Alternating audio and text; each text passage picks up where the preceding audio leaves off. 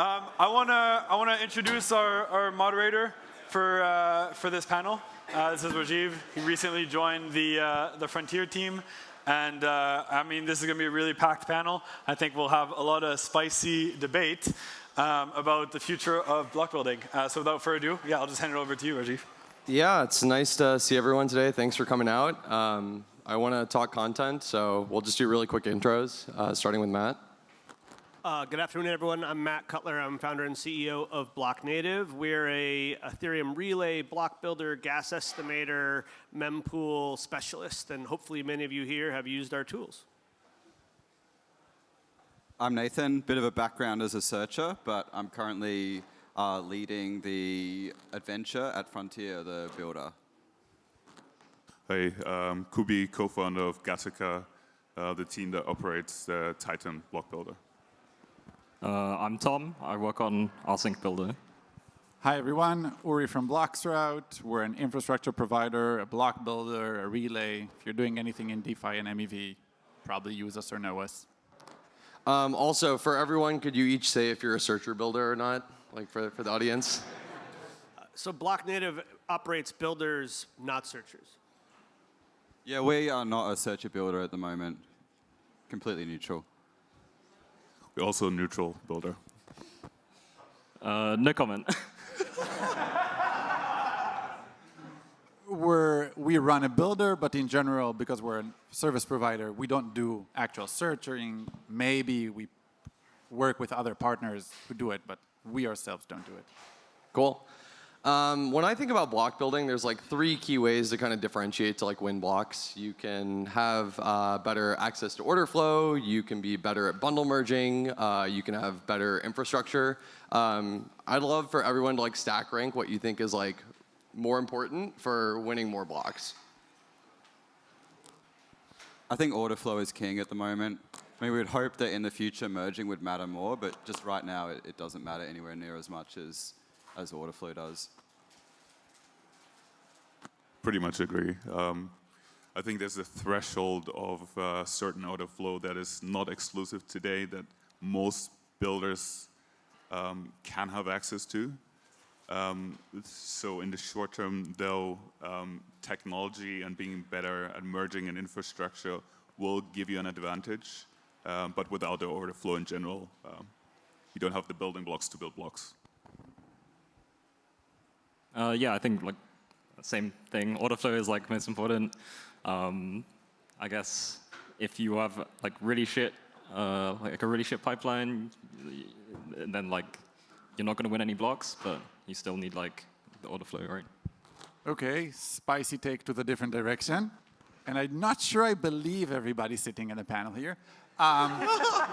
Block building is in the domain of those who can do CeFi DeFi arbitrage. As Frontier showed, 60% of all MEV comes from CeFi DeFi arbitrage, and the amount that's being paid to the validator is not the 95%, but somewhere between 37 and 77, so average 50%. So maybe you do need order flow, because like without it, then you're at a disadvantage. But it's done by the CeFi DeFi arbitrager. If maybe they're all very good, so it's not a big differentiator between them. But between them and everybody else, what makes them the kings, not the king among them, but really at the top, is CeFi DeFi arbitrage, a lot of capital and the ability to do that. Willing to get pushed back against it. You just said order flow in a different way. Yeah. It's just order flow that certain people might be generating themselves, right? That's not that's exclusive. Okay, I took order flow as, okay, the transaction on-chain out there, et cetera. Well, in reality, okay, these are counter trades to CeFi trades. I want your, say it, Tom. I mean, it's just like, it's the same, right? It's just order flow, it's like bundle flow, whatever. You just have, if you don't have these transactions to include in your block, like, you can't build a block, right? Like, it's the same thing. I think you also have to make a distinction here between like the amount of blocks that you have and the value of those blocks. Like, yes, if you're talking about block space value consumed, then probably CeFi DeFi is kind of king. But if you're just talking about raw inclusion, then I think that like just general order flow matters a lot more. Like the CeFi DeFi trading alone won't get you all of the smaller blocks where there's not the large MEV opportunities. I feel as if that's the case in which it's more so when you're referring to HFT trading, I feel as if it's you can sort of group it into let's see, I would call it exclusivity of order flow, so more so both external order flow, but also the order flow that you create internally from HFT trading as well. Yeah, I'm going to build a spicy take on top of Uri's spicy take, which in the supply chain that we have, you can abstract it down to 3 classes of actors. There's a trader class actor, there's a validator class actor, and there's a sucker class actor. So you can go through and you can say user, which one of the 3 are they? Oh, really, right? What about like I don't know, relay operators? Oh, right. So it's like literally just go through and you can say, well, either you're a trader, different type of trade, there are various types, or you're a validator, or you're a sucker. And this, I think, is super dangerous for the long-term health of the network. And we should be talking about that. Yeah, I think that's a good point. Do we want to build systems where the customer is a sucker? Or do they all involve in trading? Like either you trade or you're a sucker, that's it. So going to the trading side, it seems like the only people really making money on building are the people who are also trading. So how do people think about like just making money in building generally, considering that, you know, for any of us to continue at this long term, presumably have to make money at some point? So I think in the short term, there is a non-significant amount of revenue that can be made if you are a top builder without trading, just by having edge on like the things that we already discussed. Just so the nature of the auction is such that over time, and it's already happening, the margins on those are going to be compressed. And so then there are 2 paths for it. So one, are you going to be an integrated searcher builder, so trade, make more revenue that way? Or do you create additional value and generate revenue that way? And so I think, and that's also part of our thesis, that there's a significant amount of revenue that you can unlock as a neutral builder, and that's what we're going for. Do you have some examples of things that might unlock additional value as a neutral builder? Sure. So in the short term, if you think specifically about services that are targeted at the most sophisticated consumers of block space today, which are traders. And so services that facilitate or almost put traders that are not vertically integrated on par with vertically integrated builders, that is value add. And you can charge for that. Yeah, I think I take the same view that building in general, you're operating an inclusion service for searchers primarily. It's like, what can you do for them as a customer? Do you feel you can give it to all? Like, you could either vertically integrate, or you're saying, well, you could offer this as a service. But there's a lot of trust and nuance there. Do you consider these, well, builders could offer it to their users in general? Or is this, okay, I can pick 1 or 2 or 3 customers and give them access to, like, is it very exclusive? Yeah, I think it's not exclusive.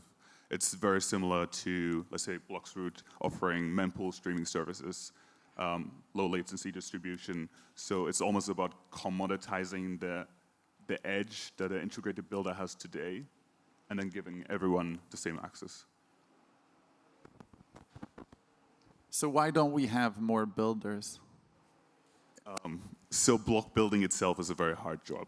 And so I think in order to be relevant as a builder, you first need to control enough block space so you're interesting enough for other players to take you serious, which is a hard problem to solve, so a high barrier to entry. And once you are there, start innovating and using the leverage you have.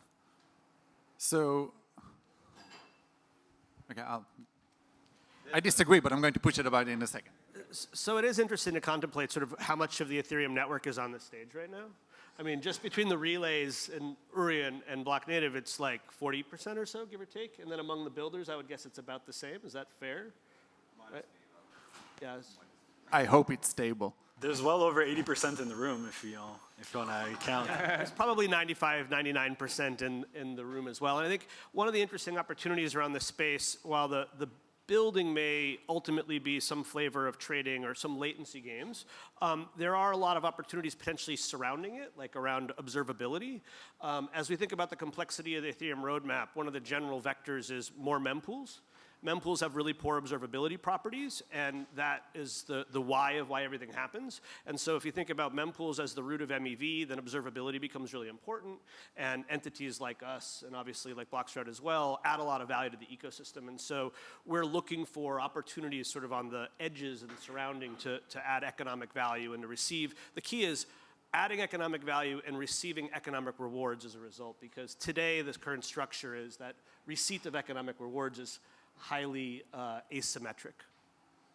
Pushing against what Kubi from Titan said, are block builders entrenched because, as you all agreed, order flow is king?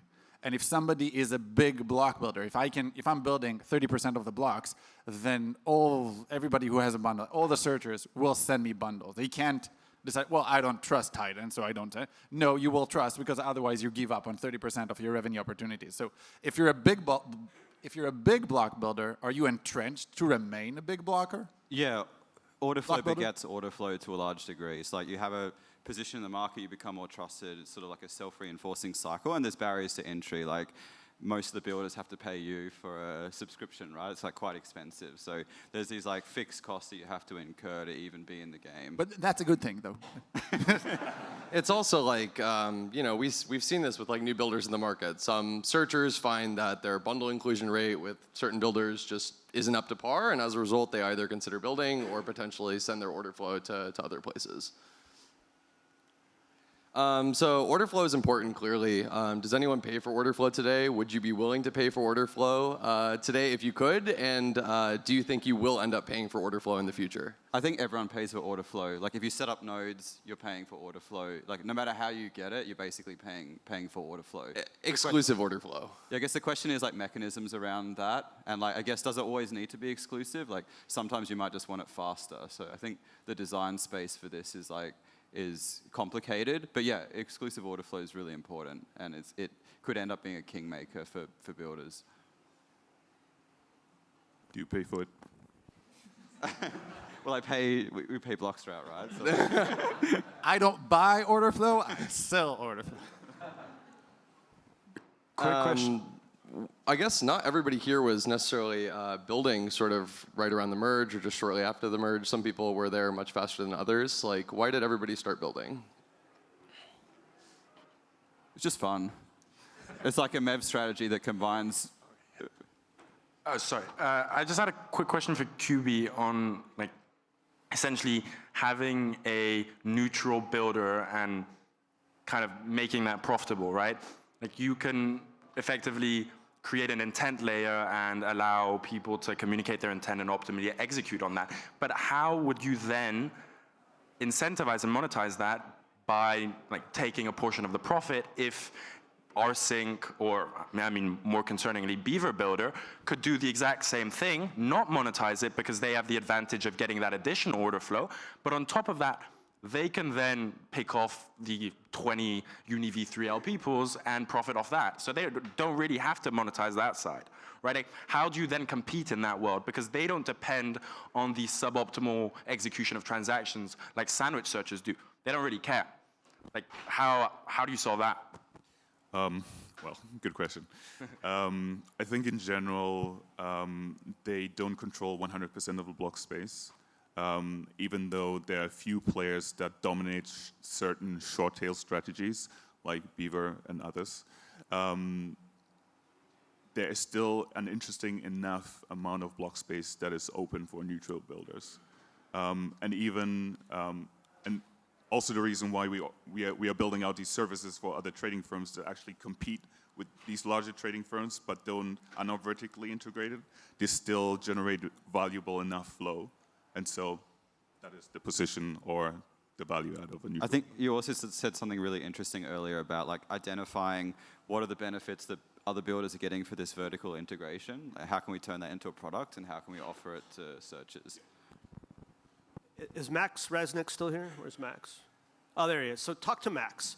So Max has some great research that says the sexdex arbitrageurs win blocks when there's high degrees of volatility on Binance, right? So they don't need to win every block. They just need to win the blocks that they need to win, right?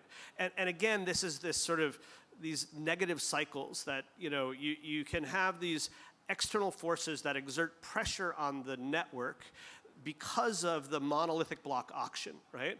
And my view of this is steady state, we need to move to partial block building so that the guys at Beaver who are doing sexdex arbitrage, hypothetically, can win that piece of the block, and then others who have other applications. Because, again, I think we want to build an Ethereum for everyone and everything, but it's increasingly an Ethereum for a very elite group of traders, and that's not great.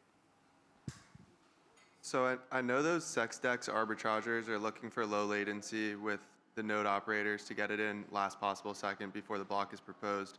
I'm wondering if relays pay for co-location with node operators to get lower latency.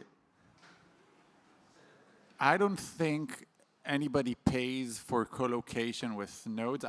We don't, and I don't know of others that do. We invest heavily in propagating information at the speed of light around the world. So it's kind of it's because nodes could be anywhere. It's not like, well, you have 8 centralized exchanges around the world, right? Next to which you can co-locate if you're in TradFi. But here, it's much bigger. It could be in all sorts of data centers around the world. So for us, at least, it's a big investment in infrastructure and speed of light propagation. And Justin came up with the idea of optimistic relaying, that reducing, shaving off milliseconds and whatnot, et cetera, in order to be ready at the last possible moment, but using that as an opportunity to say, latency games still very much exist, whether you like it or not. They're just really at the last moment. So you could imagine that CeFi DeFi arbitrageurs, who are the strongest actors out there, will have the lowest risk the closest they are to the execution. What's the chances of that happening? I know exactly what the prices are. They make the act, and really wait till the last possible moment. If you can shave a millisecond, then it's slightly less risky, and you make slightly more money. So these games still very much exist at the last moment of building blocks and trying to improve them. Don't know if any of the builders here have something to add. I don't think latency games are necessarily a bad thing because they are primary value drivers to end users. It's just a question of, can you encourage the benefits of latency with appropriate guardrails for users? Can you give them guarantees around decentralization, censorship, or whatever? I think that's a better approach than saying decentralization at all costs and we'll solve customer problems later. I strongly agree with that. I would also say, we actually like arbitrageurs. If you're here, you definitely you like yourself. But arbitrageurs are doing a good thing, and we want arbitrageurs to correct the price at the fastest possibility. It is a good thing. A lot of people say, well, latency games, that's TradFi, that's bad. I strongly disagree with that. There's a lot of good things about latency. There are bad stuff. There are people getting sandwiched, which is a bad thing. There are users bleeding money. That's what we should try to solve for. But latency by itself is a good thing. We want DeFi to compete with CeFi. We want it fast. We want it effective. We want it good and valuable. On the subject of co-location, to Uri's point, the validator proposer can be anywhere in the world, so it's hard to co-locate. But there's a pretty small number of relays, 7 that matter. And co-location from builders to relays is a big deal. It's not, I think, a big money deal, but everybody asks where you are because they want to have lowest latency. And one of the areas that we at Blocknative are working very hard on is basically distributed relaying. So we can not have one relay in one geography, but many relays all over the world. The great thing about this is it's really fucking expensive. And the other great thing about this is we don't get paid anything for it. So, it's awesome that we get to finance the operations of Lido and other folks because that's super sustainable and we're excited about it.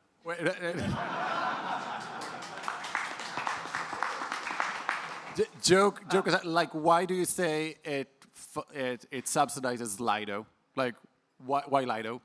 Well, I use Lido as an example, and we love Lido. We work with we Lido. Don't take it easy. We love you, but don't disconnect from us, Lido. Please. Validators in general. Sorry. So Lido is just the biggest. So if you look at, there's many dashboards out here on what we do, and if you look at rated network, it says quite clearly that the value of an MEV boost block on average is between 300 and 400% of vanilla block. So the primary beneficiaries of the supply chain are the validators who get a higher return for block validated and therefore offer a better APY, which is great. We all know that, right? The challenge, of course, is that there's a whole bunch of layers in the stack that have nice names, but ultimately are suckers because the economics for the value flows downhill in the supply chain, and that therefore you have many actors who don't have great economic incentives. And therefore, you don't have high degrees of participation, and therefore you have counter incentives, and therefore you have centralization. So anyone who's in the relay world knows or is tired of me hearing about this, but today we have 7 relays that matter. It's not a stable equilibrium. And so tomorrow, we're either going to have 2 relays that matter, or we're going to have 25 relays that matter, right? And which version of that future do we think is better for the health of the network, and what incentives are we putting in place to encourage that version? And the current incentives today are no incentives, and therefore, why would anyone stand up a new relay? Because they're just going to lose money. I guess there's some benefits of synergy with vertical integration, right? You'd expect there to be lower latency between builders and relays, and that would benefit the relay. But that doesn't seem like a good business model to encourage. Yeah, I mean, if it's not profitable, right? Like everybody could just stop running relays, and people will find the right incentives to potentially. Don't say it out loud. Don't give us relays. But no, the entire point of the relay is to sit between the block builder and the proposer. If we remove that relay, if we say, well, you know, we can vertical integrate with the builder. We like our builders.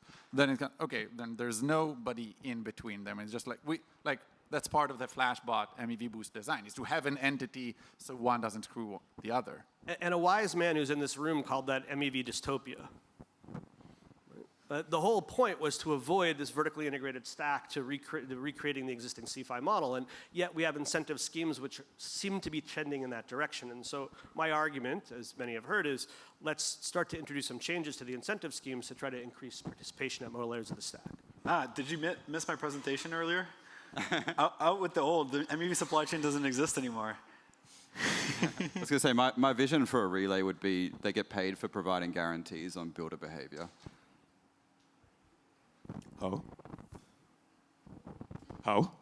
The optimistic relay is a good example, right? Like you bond with the relay and they'll slash you if you do something, and you I want to throw a question out there. Do you feel that in the current setup there is still a strong vertical integration pressure between searchers and builders, and really across the stack? Like not even like relays we just talked about, but like elsewhere as well? Yeah, there's a very strong vertical integration pressure between builders and searchers. Like building is a searching strategy to some degree, and like they're just using searchers for the things where they can't fill the gaps in their in-house trading. Like if you're a vertically integrated builder, so there's very strong pressure there, as you can see from Beaver Build and how much of the market they control. So should we expect all builders to become builder searchers, in your opinion? It's a difficult question just because like you would think if you're an order flow provider, then like ultimately you probably want to go with a more neutral builder, but that's not playing out in practice today. But I think some of this is a question of like things like DEX design and like things on the app layer, which will like control more of what the future of this looks like. I would hope that neutral builders are more the future.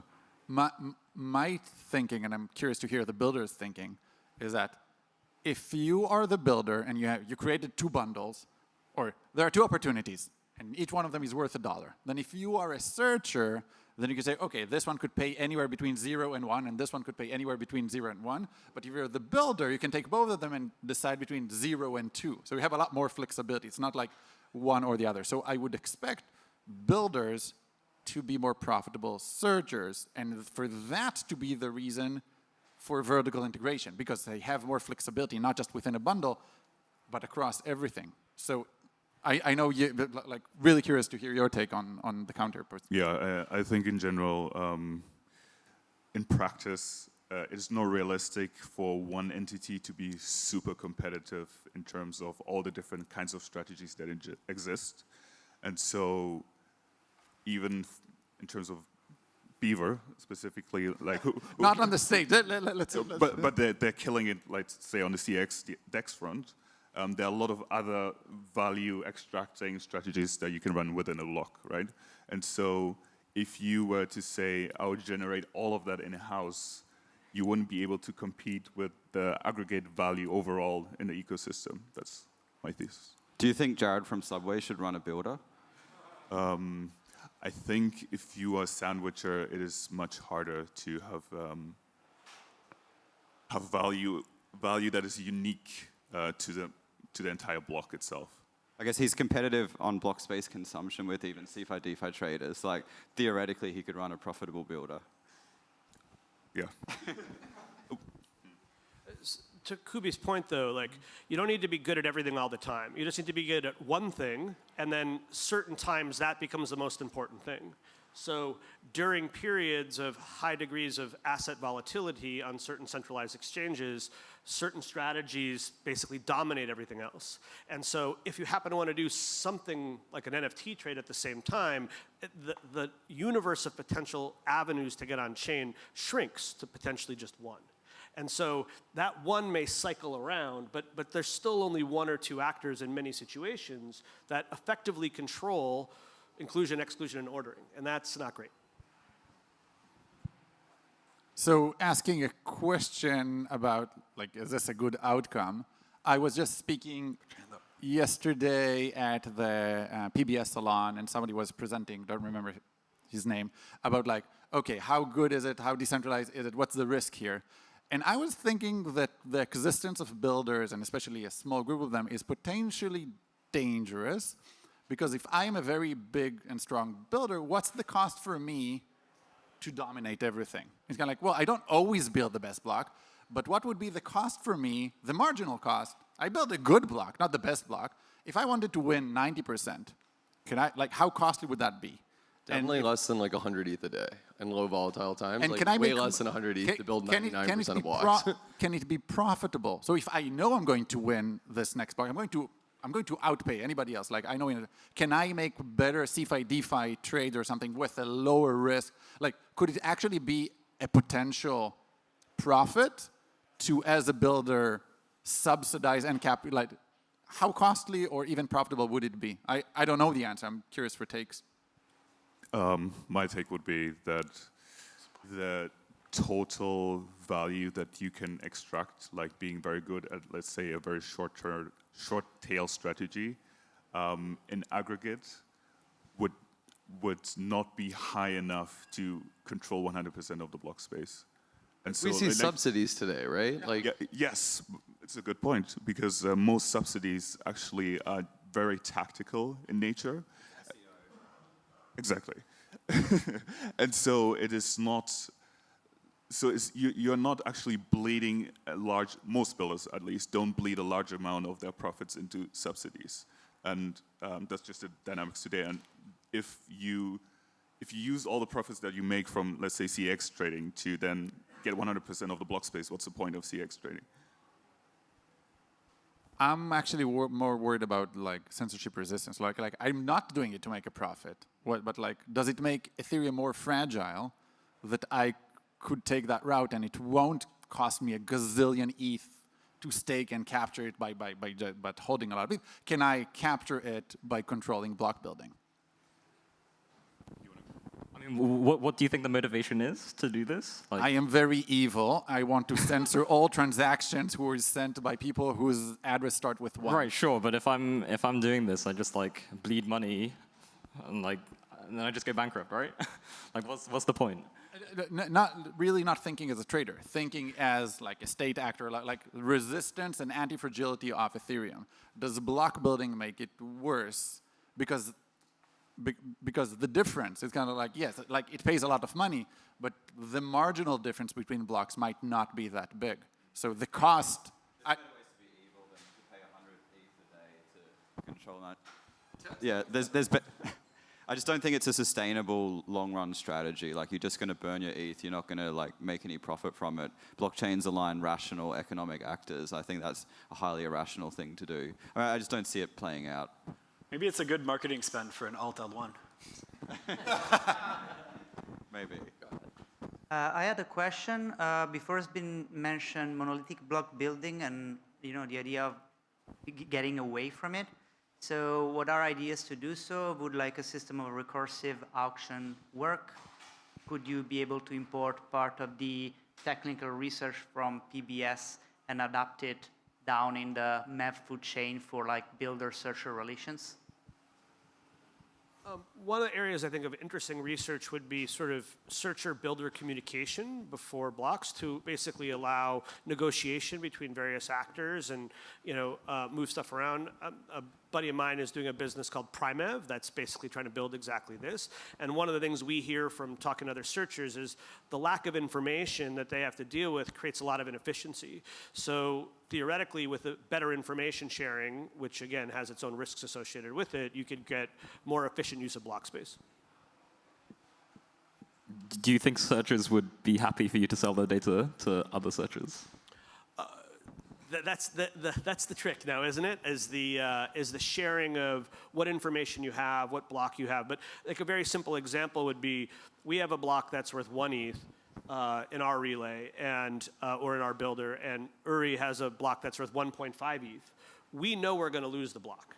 But we have transactions that we want to make sure get in. So we say, hey, Uri, can you include these for us, right? And there could be a negotiation about that relatively rapidly. So he still wins the block that he was going to win, and we can still offer certain guarantees, for instance, right? And I'm not saying this is something we are likely to do. I'm just saying that that seems like a useful model where the sort of pre-consensus the network can agree on, well, they're probably going to win the block, so then let's all work together to make sure it's the most efficient use of block space. Do you think that would like drive builders towards order flow parity? Possibly. Where I guess you compete on merging as the next edge. Why wouldn't searchers just do this themselves? Like, I don't care who executes between these people. Because any one searcher doesn't have, again, this is not me, I'm just something I'm aware of. Any one searcher doesn't have sufficient information to decision appropriately, right? It's a collective information problem. And so the problem is by participating, you reveal some information, but in return, you can be much more efficient. And so there's a frontier here that you could go through. So net is, this feels, to me at least, like partial block building is a pretty interesting avenue to go down. And Max has something to say about this. I just wanted to jump in on this subsidization point. I think it's really a question of degree. So I'd actually like to ask everybody in the panel, could you guys put your hand up if your builder has ever subsidized blocks or plans to subsidize blocks in the future? If what? If your builder... I didn't raise my hand, but I didn't hear the question, so that doesn't... Yeah. Have you ever subsidized a block? Yes. So like, you guys are all doing it, it's just a question of whether you will do it to a degree that's potentially really harmful to the network. And I think just to touch on Uri's point, censorship resistance is not just about a state actor coming in. It's not about keeping Al-Qaeda from trading on chain. It can be about like stopping an option from being executed or something like that. So it can really be about stopping bids from coming in an auction as well. And so if you had a lot of control, 60% or even 100% for like a 1 hour period, you could use that to really manipulate certain financial markets and make a lot of money from it. In practice, most subsidization occurs in an environment where the order flow is like relatively equal. So like all the builders have the same order flow and they're just like competing to pay the most to get the block essentially. If you were to like do something malicious and profit from it, why would you call that a subsidy and not like the gas you are willing to pay for this transaction? Oh. Through my phone, too. I would say, like, for like, you might just subsidize, right? Just so that you can kind of control that marginal transaction getting in. And then, because you're subsidizing already, it's like not an additional cost that you're paying, And also, I mean, I think subsidization, the reason you guys probably do it is because it helps you get order flow, right? So if you were the only block builder for a day, that would give you a lot of order flow. Like, say you're some random builder who doesn't build any blocks. Then all of a sudden you want to do a marketing stunt, build every block for the whole day. All of a sudden you're on the radar. You're going to get a lot of order flow. If we were building all the blocks for 1 day, though, I imagine that we would still be including all the transactions that we get. We'd just be like paying over the top to get all the blocks. I mean, otherwise it's going to cost hundreds of ETH. So I guess I'd argue that we still wouldn't be censoring anyone.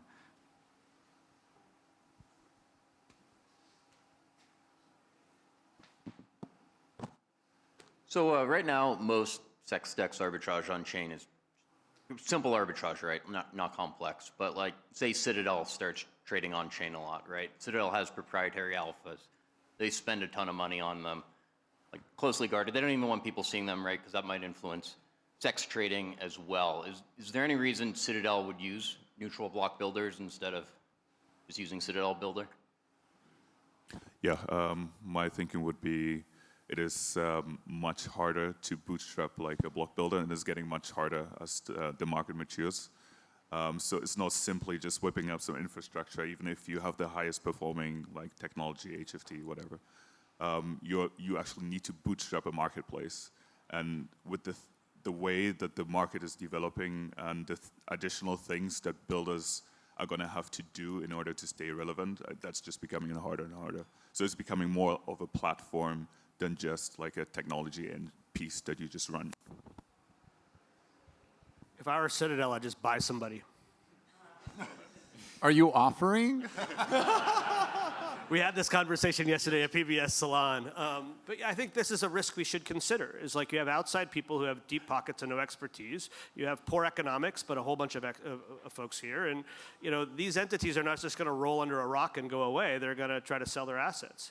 And so again, I think this, at the end of the day, like the nature of the incentives should be healthy, or it creates negative outcomes. And so I think we have work to do here.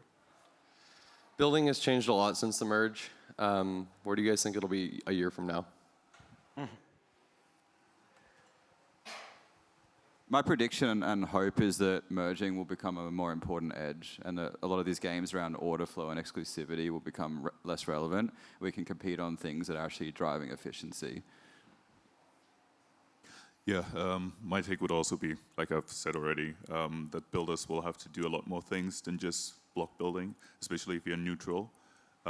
Also with things like intense up-count abstraction, running a bundler, solving, like, there are lots of other things that builders are well positioned for, and I think most builders that are going to survive long-term will have to do that.